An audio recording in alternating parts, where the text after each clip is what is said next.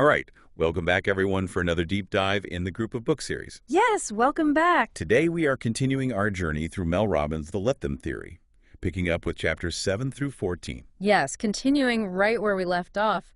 This book, if you recall, is all about letting go of the need to manage other people and really zeroing in on managing your own actions and reactions.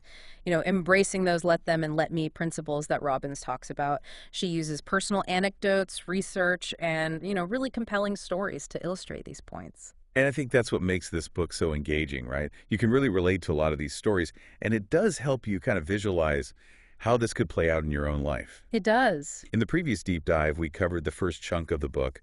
Now we're getting into how this theory can actually apply to some common issues that we all face. Yes, things like dealing with other people's big reactions, that never-ending comparison game we play with others, and even how to navigate those ever-changing adult friendships. Right, exactly. Because those are definitely things that can lead to stress and confusion. Absolutely. So today our goal is to really break down some of the most valuable insights from these chapters and give you, the learner, some actionable steps you can take without feeling overwhelmed. That's right. We'll be highlighting those light bulb moments, the things that can really cause a shift in perspective. Okay, so let's dive into chapter 7. When grown-ups throw tantrums. Okay. Robbins comes out strong in this chapter. She basically says adults are just as emotional as children, and it's not your responsibility to manage their feelings. That's right. And what's interesting is she really examines how other people's emotional immaturity, how their reactions can impact our choices. Think about it, like the guilt trips, the tiptoeing around someone's mood, or always being worried about disappointing someone. Yeah. These things can really box you in and prevent you from living your life authentically. Totally. And this brings us back to that let them and let me framework. Letting others experience their emotions without feeling like you need to immediately fix the situation for them and then doing what feels right for you in response. Exactly. And Robbins draws on the work of therapist Anne Davin, PhD, in this chapter to kind of back up these ideas. I also found the analogy she uses really helpful, comparing an adult's outburst to like a child throwing a tantrum in the toy aisle. Oh, yeah, I remember that. So it's not about giving in just to make the tantrum stop. It's about allowing them to process what they're feeling, to weather the storm, so to speak. Right, because constantly trying to appease someone to avoid a tantrum, it doesn't actually help them develop their own emotional regulation skills. Exactly. You're not doing them any favors. And the book makes it really clear that someone else's inability to process emotions well, that's not on you. Yeah. It's not your problem to solve. It's their journey to work through. Yes, and on that note, the chapter also encourages us to check ourselves, too. Do we ever fall into those patterns of emotional immaturity ourselves? Oh, that's a good point. Whether it's sulking or, sending those heated text messages or maybe even playing the victim a little too much. It's a reminder that we're all a work in progress. We definitely are. And it's worth mentioning those basic needs, like when we're hungry or tired or stressed, these can make those emotional responses even stronger, both in us and the people around us. Absolutely. So being mindful of that can be really helpful in those moments. For sure. What really resonated with me from this chapter was that we might not always be able to control what happens to us or those initial feelings that come up. Yes. But we have the power to choose how we respond, with our thoughts, our words, and our actions.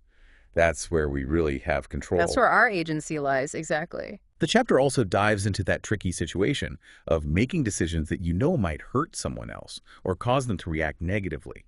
It's so easy to just, inflict pain on yourself instead, just to try and avoid those negative reactions. It is. It's a common pattern. But Robbins really emphasizes how important it is to be able to separate your own emotions from those anticipated reactions of others.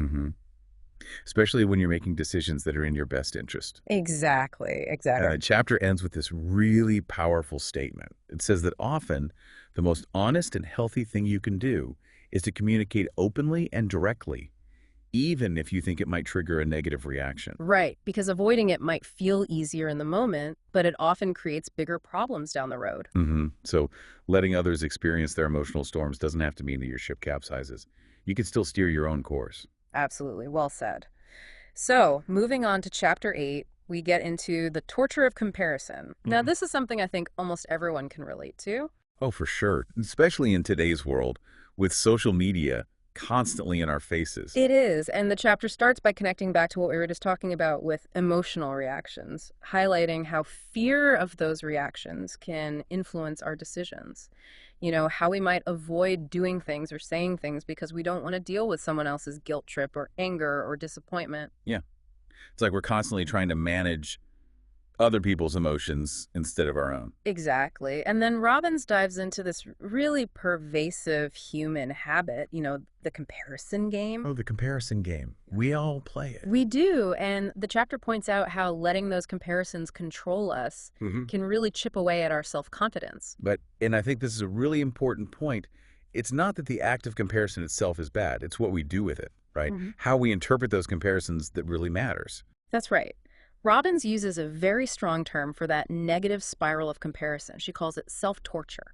That constant obsessing over other people's seemingly perfect lives, their achievements, their possessions, all the things that we perceive as superior to our own. And I love how she brings in this really relatable personal example about her daughter Sawyer, comparing herself to her sister, Kendall. Yes, it really shows how ingrained this tendency is, even from a young age. Exactly. And it highlights that tough realization that you can't force someone else to stop comparing themselves. They have to make that choice themselves. Right, you can't rescue them from that. But then the chapter takes a really interesting turn and presents this idea of actually using comparison to our advantage. Yes. It reframes comparison from a problem to be avoided to a potential source of valuable information and even motivation. That's right. And she gives the example of her friend Molly, the interior designer, who was struggling with comparing her work to what she was seeing on social media, feeling inadequate and overwhelmed. Yeah, and I think so many people can relate to that, no matter what field they're in. Absolutely. What I found really insightful is how she reframes jealousy. Oh, yeah. Instead of viewing it as purely negative and destructive, Robbins suggests it can be a message from your future self. Ooh, that's a really interesting way to think about it. It is, isn't it? It's like jealousy is highlighting what you truly desire. And you can even use those feelings of frustration or anger that come with it as fuel for action. So it's like, in a way, we're letting those people who trigger our jealousy actually do us a favor because they're showing us a direction, something we might want to strive for ourselves. Exactly. It's like saying, let them trigger you, let them show you what's possible. Okay, I can see how that could be really empowering. And the let me part of it is about looking objectively at what those people have achieved, looking at the data of their success. Because often that sting of jealousy comes from a deep down belief that you could do it too. It's like watching someone run a marathon and feeling that pang of jealousy because a part of you knows you have the potential to train and run one yourself. Right. That makes so much sense. So the chapter really encourages us to view jealousy as a doorway to our future rather than a dead end. I love that. So the key takeaway from Chapter 8 is to stop letting the comparison game hold us back and instead use it as a tool for inspiration and action. Exactly. And Chapter 9 continues that line of thinking, really diving deeper into this idea of using comparison as a teacher. Oh. This time, Robbins shares a personal experience of feeling jealous when a friend bought a new house. That very human reaction of wanting what someone else has. Well, we've all been there. We have, haven't we? But what I found really admirable is that she consciously acknowledged her friend's hard work and recognized that she deserved her success. She was able to separate her feelings of jealousy from the reality of the situation. And she even admits to being surprised by the intensity of her own jealousy, which I thought was really refreshing. It reminds us that we're all human and that these feelings can catch us off guard even when we intellectually understand the concepts. Absolutely. We're all a work in progress. So applying the let them theory here means allowing others to have their success without resentment, not trying to diminish their achievements in our own minds. And the let me part is about using their success as evidence that what we desire is actually possible. Exactly. It's a shift in perspective. So we're not focusing on what we lack, but rather on what we could potentially achieve. That's right. And the chapter really emphasizes the importance of turning inspiration into action. Right. It's not enough to just feel a fleeting moment of, I want that too. We have to take steps to actually make it happen. Exactly. It's about taking ownership of our own goals and dreams. And Robbins concludes this chapter by driving home the point that dwelling on feelings of unfairness or comparing our starting line to someone else's finish line is a waste of time and energy. Right, it's like we're spinning our wheels and getting nowhere. Exactly, we're just draining ourselves. Yeah. So the takeaway from chapter 9 is to look at the success of others as proof of what's possible and let it fuel our own journey forward. It's like using their achievements as a map to guide us towards our own goals. Okay, now chapter 10 shifts gears a little bit. It's titled The Most Important Relationship, and it explores how the let them theory can positively impact all of our adult relationships. Yes, this chapter is all about connections. And it starts by highlighting the tangible benefits of embracing those let them and let me principles in our interactions. Freeing up mental space, emotional energy, and even time that we might be unconsciously spending on trying to control or manage the people around us. Absolutely. It's like lifting a weight off our shoulders. And when we have that freedom, we're able to show up in our relationships in a more authentic way, setting healthy boundaries and actually strengthening those bonds. Exactly. It's about creating more space for genuine connection. This chapter also challenges those common feelings of frustration, loneliness, or uncertainty that we might have about our relationships. Yeah, it's easy to get stuck in those negative thought patterns. It is. But Robbins offers this really hopeful perspective by stating that the best relationships in our lives might actually still be ahead of us. And I think that's so important to remember, especially if you're feeling lonely or disconnected at the moment. It's never too late to create those meaningful connections. Absolutely. And the chapter emphasizes that the more we let go of those tendencies to control others, to have rigid expectations, to constantly try and fix their problems, Yeah, the more our relationships will actually have the space to flourish. exactly. It's about letting go of that need to micromanage. And it's really reassuring to know that it's never too late to build those connections. Whether it's forging new friendships, making amends with family, strengthening existing bonds, or even creating the kind of loving partnership we desire. That's right. There's always potential for growth and connection in our relationships. So the key takeaway from chapter 10 is to release that need to control others, to let go of the reins a little bit and allow those relationships to blossom organically. I like that. Okay, now, chapter 11 dives into the sometimes tricky world of adult friendships. And Robbins introduces this really fascinating concept called the Great Scattering. Yes, this was a real eye-opener for me. It so perfectly captures how friendships naturally change as we move from adolescence to adulthood. How it shifts from this constant group activity to a more individual and dispersed experience. Yeah. And the chapter points out that this shift often goes unrecognized, which can lead to feelings of loneliness or confusion. Like, where did all my friends go? Why don't I see them as much anymore? Right, because in school and in our younger years, we're constantly surrounded by our friends. So it could be jarring when that changes. Exactly. And as adults, we have all these life changes like moving for work, new relationships, starting families, demanding careers.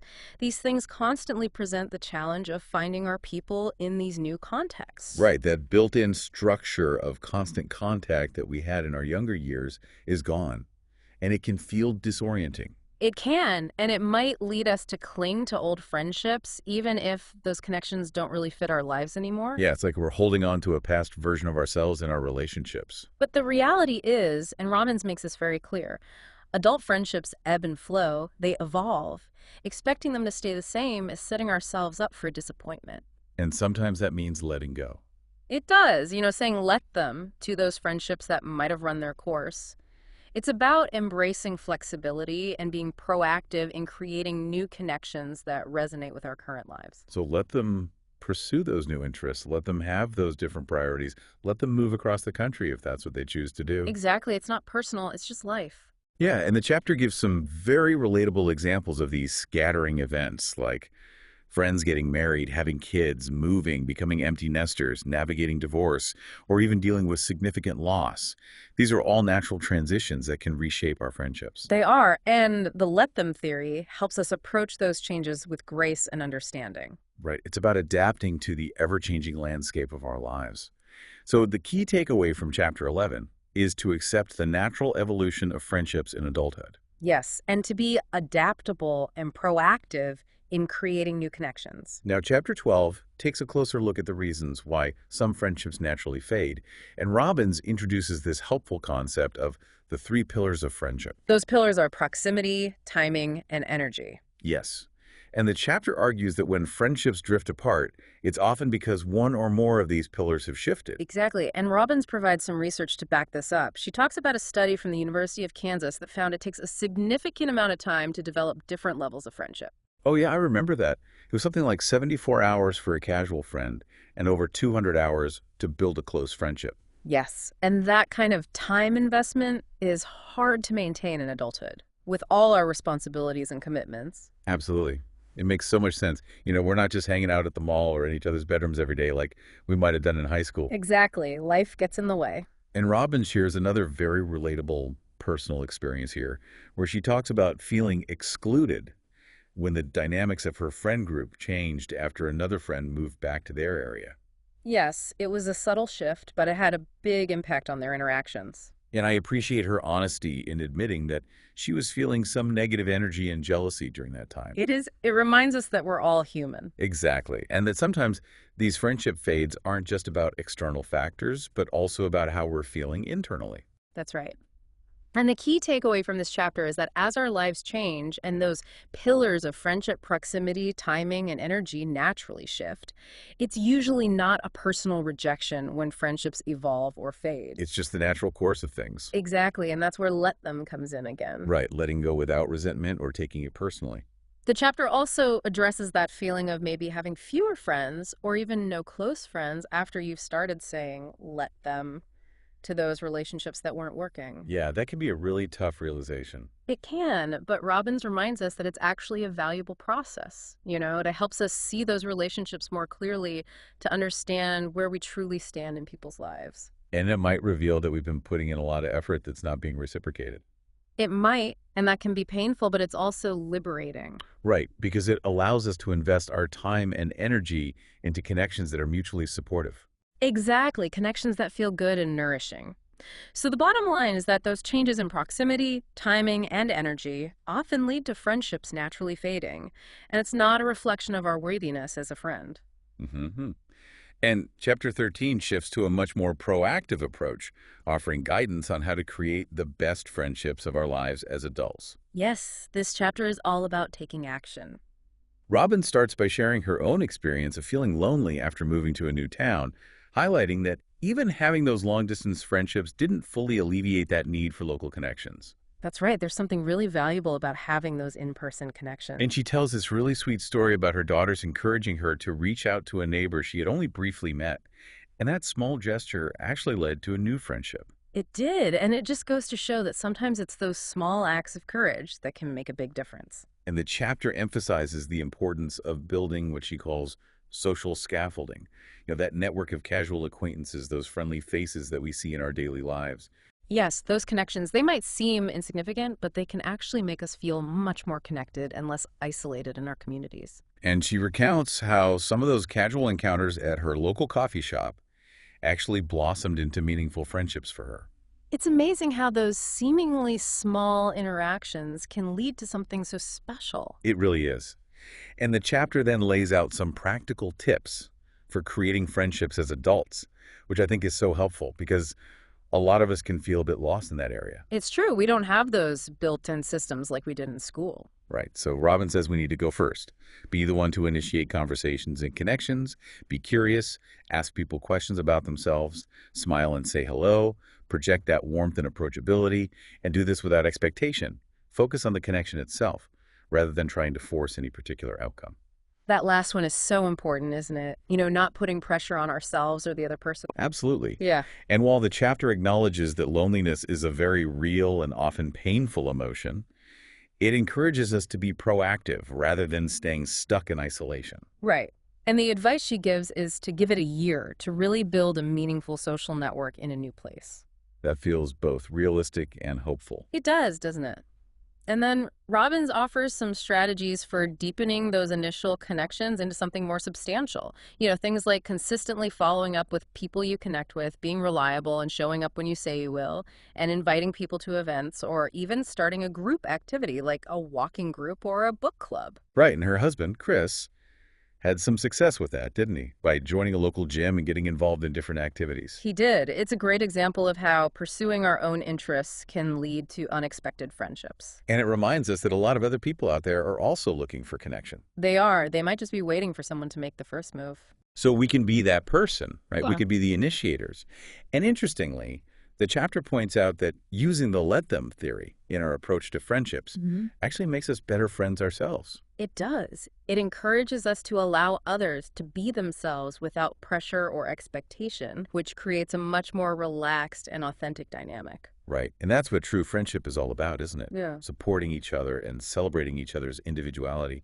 So the overall message of chapter 13 is to proactively take charge of creating those connections, be curious, be open, and invite people into our lives without any preconceived notions of where it might lead. Exactly. And chapter 14 brings us to the topic of the truth about wanting someone else to change. This is something I think we've all struggled with at some point in our lives, whether it's with family members, partners, or even close friends. Definitely. And the chapter starts by stating very clearly that while we can't force someone to change, we can potentially influence them. That's a key distinction, isn't it? It is. And Robbins used the example of a friend wanting her husband to adopt healthier habits. And she outlines all those common approaches we often try, the asking, the pleading, the nagging, even buying them exercise equipment in hopes that it will magically motivate them. Yes, and all those strategies usually backfire. They do, and it just leads to frustration on both sides. The wisher is frustrated that their loved one isn't changing, and the wished is annoyed by the constant pressure. Absolutely. It's a recipe for conflict. But Robbins acknowledges that wanting our loved ones to make positive changes comes from a place of love and care. Right. It's not that our intentions are bad. It's more about the way we go about it. That's right. And the chapter asks that big question, why is change so hard? Yeah, because if it was easy, everyone would be doing it all the time, right? Exactly. And it points out that constantly reminding someone of what they should be doing rarely ever works. Right. It just makes them feel defensive. It does. And the chapter also emphasizes that real lasting change is often uncomfortable and even painful. Yeah. It's not a walk in the park. It's not. And sometimes the most loving thing we can do is actually step back from that pressure and let them be where they are in their journey. Let go of our expectations and our need to control the situation. Exactly. And Robbins explains that the comfort and familiarity of our current state, even if it's not ideal, often outweighs the perceived pain of making a change. It's like we get stuck in our comfort zones, even if those comfort zones aren't actually that comfortable in the long run. That's right. So instead of pushing and pressuring, Robbins suggests we focus on influence. And she gives this really interesting example of a coworker who walks during their lunch break every day and how that simple act has inspired others to do the same. It's a great example of the power of modeling the behavior we want to see in others. Right. It's like leading by example. Exactly. And then the chapter introduces this really practical tool called the ABC loop to help us navigate that tricky dynamic of wanting someone else to change. Okay. Can you break down the ABC loop for us again? Sure. So A stands for apologize and ask. Apologizing for any past approaches that might have been counterproductive, and then asking open-ended questions to understand the other person's perspective. B is for back off and observe their behavior without judgment, giving them space to make their own choices. Okay. And C is for celebrating any progress they make, no matter how small, while continuing to model the desired change yourself. So it's a much more supportive and less confrontational approach than what we might typically try. It is. It's about meeting people where they are and encouraging them rather than forcing them. And before even starting the ABC loop, Robbins recommends doing some prep work using the 5 whys method. Right. And that's all about really examining our own motivations for wanting someone else to change, right? Exactly. Asking ourselves why we want this change for them. What are our underlying needs and fears? Are we trying to control the situation, or are we genuinely coming from a place of love and support? That self-awareness can be really helpful in shifting our approach. It can, and it might even reveal that the change we're seeking is more about us than them. That's a good point. So the ABC loop is a great tool for creating a more positive and productive dynamic when we're hoping to see someone else make a change. It's about understanding, empathy, and encouragement rather than pressure and control. So wow, we covered a lot of ground today. We did. Chapters 7 through 14 of the Let Them Theory. We talked about managing our reactions, navigating the comparison game, understanding the evolution of adult friendships, and even influencing change in others. That's right. We touched on a lot of really important topics. And I think the key takeaway here, the learner, is that the let them theory offers a really valuable framework for creating more peace and freedom in our lives. It does. It encourages us to focus on what we can control our own thoughts, feelings, and actions, and let go of the need to control others. Exactly. And while we've extracted some key ideas from these chapters, this deep dive has really just scratched the surface of all the rich stories, research, and insights that Robbins provides in this book. It has. There's so much more to explore. So we highly encourage you to pick up a copy of The Let Them Theory and dive into these concepts yourself. See which stories resonate with you, reflect on how these principles could apply to your own life, and really take the time to absorb all that wisdom. Absolutely, because there are undoubtedly nuggets of gold in those pages that we didn't even touch on today. And we're going to be continuing our exploration of the Let Them Theory in future deep dives, so stay tuned for that. Yes, we'll be delving into the rest of the book and uncovering even more valuable insights. So in the meantime, we encourage you to think about what the rest of this book might hold.